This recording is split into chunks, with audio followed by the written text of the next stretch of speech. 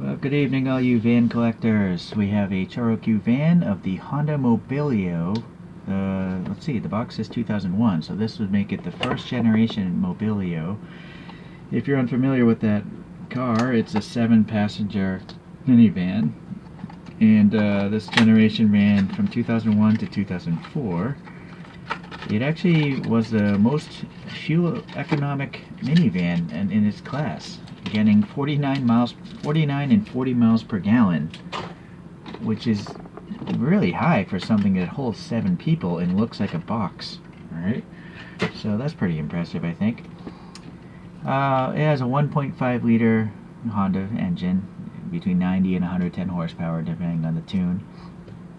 And that's really all there is to it, I guess. Well, it's front wheel drive only, I guess. All right, well, I'm not going to collect too many vans in 1/64 scale, but I will collect them in cartoon form because they don't take up much room. I actually kind of like the look of this van now that I'm looking at it. I drive a minivan myself. They're very, I'm an old man, so it's all about practicality. I'm past the age of flair.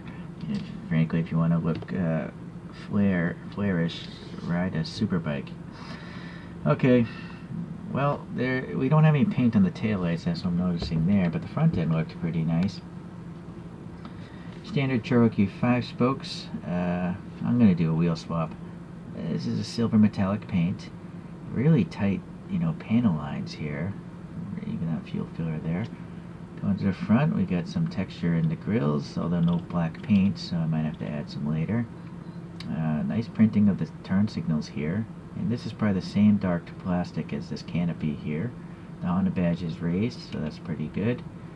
It's a little bit of a detail here for like the wiper foot area. And they have some lines, but they're not actually wiper blades. No fuel filler on this side, otherwise it looks the same as the other.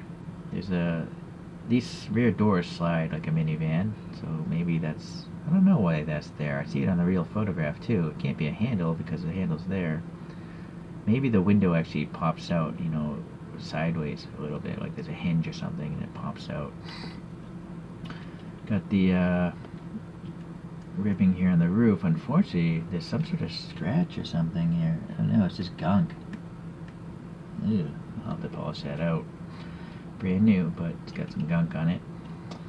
So there's a number 24 in the series, and we know what the vehicle's name is, so that's good. Unfortunately, no little paint here. But this is a standard ChoroQ. I guess they had a budget to try to keep within. I have no idea what these things cost originally.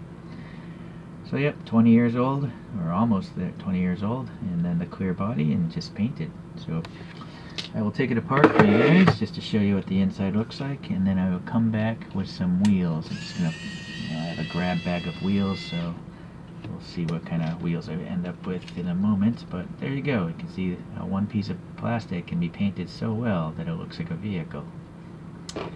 Alright, I'll be back. Back with some Hot Wheels here that I painted with a color shift green. Figure I'd just get a little different contrast there. Okay, so I don't have too many 1/64 scale vans, but here's a Toyota Hiace, which is a much bigger van than a Mobilio in real life.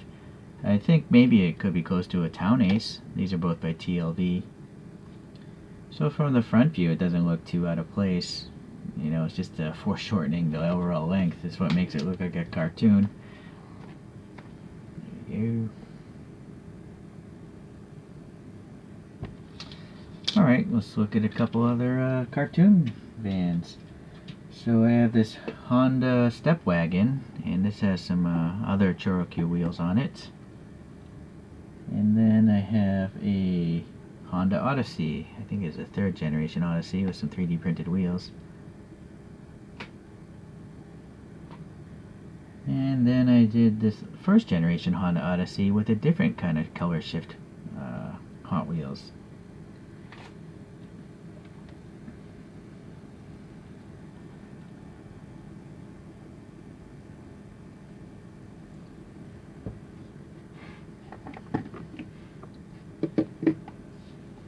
Alright, well, at the end of the day, it's an interesting little cartoon car. It was really hard to paint those taillights.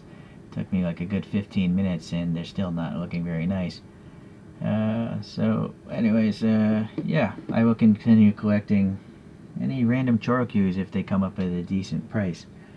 So hopefully I'll see you in the next review. Thanks.